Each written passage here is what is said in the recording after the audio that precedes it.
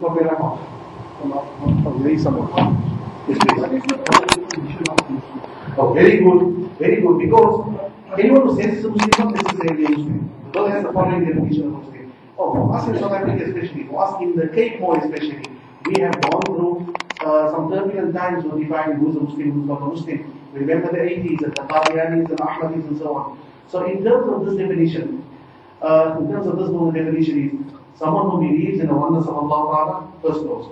Second clause, he believes in the prophethood and the finality of the prophethood of Rasulullah Sallallahu Alaihi Wasallam, second clause. Then comes your reciprocity clause.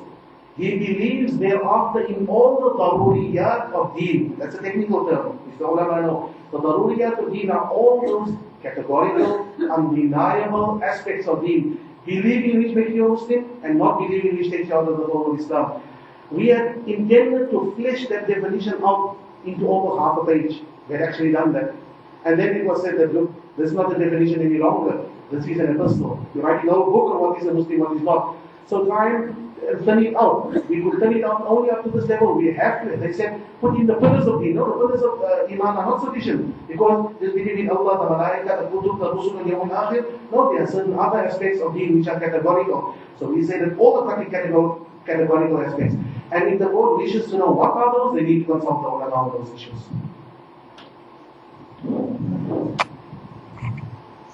Has enough action being done to educate our people as far as the world is concerned from the side of the ulama? This process came very suddenly. When the bill was handed back, and they were given 15th of March as the deadline, and suddenly we just had to rush into action. We have been working probably day and night on these issues. That's a group of ulama and lawyers here in the Cape, up in Joburg, in Durban. Everyone has been working their way through the book to understanding. The moment we had an understanding of what it is, then we knew what they are offering, and then we started amending and saying, well, we don't want this, we want that.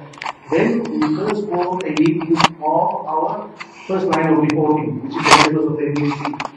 Told them, said, this is the bill, these are the provisions, I need to say something. The bill, in all of its 30-40 odd pages, is extremely dense legal language, difficult to read through it, which is why we had to have our legal colleagues along as well. We first had to understand the ulama, the imams had to understand them after.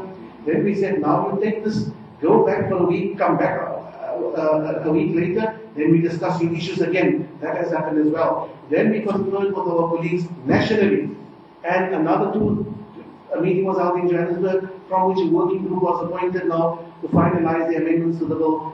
This is not yet the answer to your question, but just the process, how we came to it. And then a group met again in Durban over 3 days, working very, very hard to get everything done, because we were all rushing for the 15th of March. And thereafter, we said, now we are ready to start the public education process. This is the third meeting of its kind.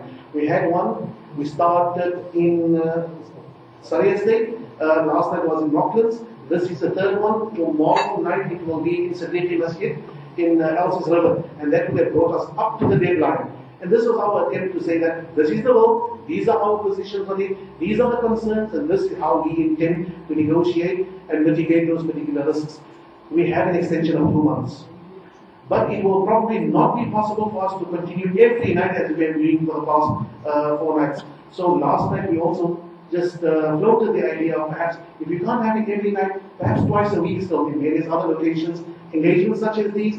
We felt that we as the MJC or the Ulama Council, we cannot just go on this process alone. It's not going to be something that affects only the Ulama, it affects our people. And our people mustn't see the Ulama as aloof sitting in Cashel Avenue, you can't speak to them. We need to come out face to face. You need to be able to pose your questions. You even have the right of posing your question and walking out. But you can come here, ask the question, and hear our answers. We've got nothing to hide.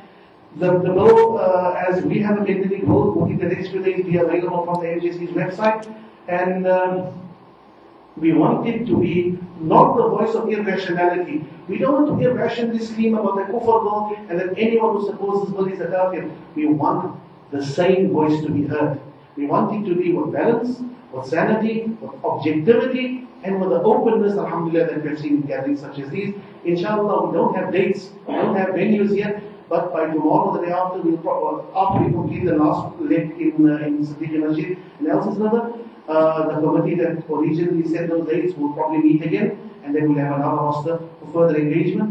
But I do think there will be probably some other places because I cannot bore you with my own place and my voice. Day after day, week after week, inshallah, there will be others who will be occupying this seat. Yes, the process will continue, inshallah. Oh yes, there have been programs on the radio. Unfortunately, what we have found is that when we have adversarial programs, when you have someone against someone else, things get out of hand, and it generates more heat than light. There isn't much enlightenment that comes from it, it's just a very nice fight. And it doesn't leave people much more educated about it. So what we've decided, we use one radio station, we'll speak, we'll give our position, people are free to send in questions. The questions come in as the program runs, but we already have a list of questions, so for the next week, the questions of this week will come, and they will be dealt with in that same fashion. So I don't know the times, you'll have to find out from the Voice of the Cape exactly when do they have those programs, and tune in, send in your questions by SMS, they will be dealt with inshallah, as long as they maintain the spirit of adab. Well, some of them definitely don't. We hear some things, unfortunately, reflect some of the lower levels of the mentality in our society, but by and large, the questions that have come in have reflected as exactly the same noble ethos that we have seen in this gathering, for which I thank everyone who is present here. We have about 15 minutes left. It's just on my other comment as well.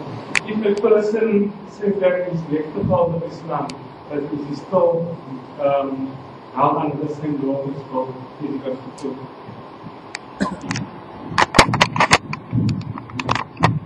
The first part of it, if the person goes openly, becomes an apostate, is no longer a Muslim, then as far as Allah is concerned, is out.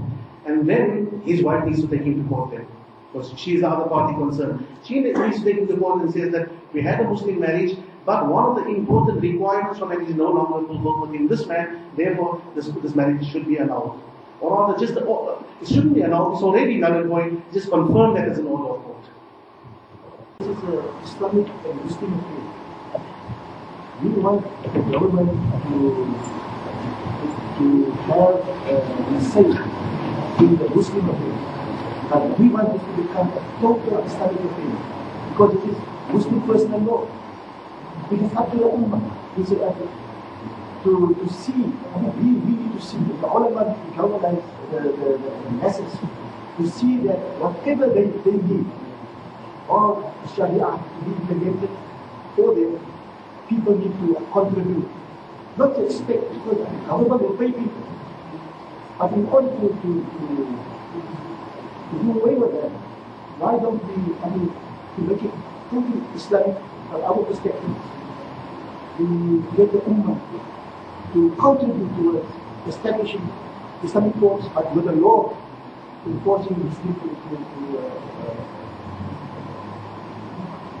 see that the Islamic person law is being. A suggestion has been made that we acquire Sharia courts to apply 100% Sharia.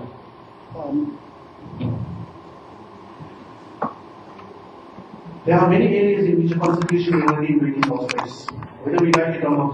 The Constitutional Court says you cannot discipline your children. We've got the Sharia right to do so. The Constitutional Court has already invaded our space in certain other areas. What do we do about it? We can protest it democratically, but the people who make those laws are our democratic representatives in government. Those who voted for them voted, those who didn't vote contributed to the ultimate result.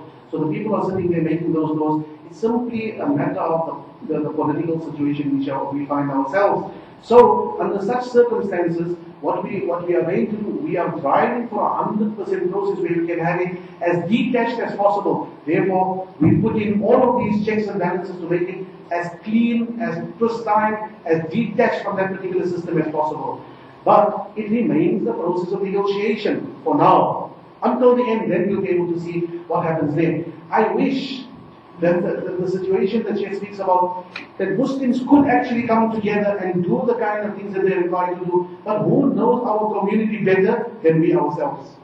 If we still haven't decided when we're going to have the Eid, if there are still parties that decide that despite the guidance of the vast majority of the ulama, they would want to go a certain direction, unfortunately, under the circumstances which we live, such is their democratic right. They can do so. We cannot enforce it. If we had people who would obey when the ulama would speak as the custodians of Sharia, we wouldn't have this problem. But unfortunately, we have parties here, parties there. Every time I'm not happy, then I break away and form a different organization. So that is the reality of our community. We must not lose sight of the optimism with which people like Sheikh Abdul Rahim speak, because that we should aim for that. We should never lose sight. We want to have that unity, but we should also take cognizance of ground realities. Ground realities in our community. The ground realities are that our people, do they really want unity? If they wanted unity, then the first thing that they should have given up is that right to dispute when the ulama have already said something. Because the ulama are the ones who are the custodians of Sharia. Now we come to another aspect. Are the ulama united? Let's assume all the public will say, yes, we're going to listen to the ulama. Then Sheikh so-and-so says something, and so-and-so says something else, and this group goes there, and that group goes there. So we have neither unity at the level of the public, we don't have unity at the level of the ulama. It is not a pipe dream, it's possible if all of us put our wheels to the shoulder and put our egos under our egos.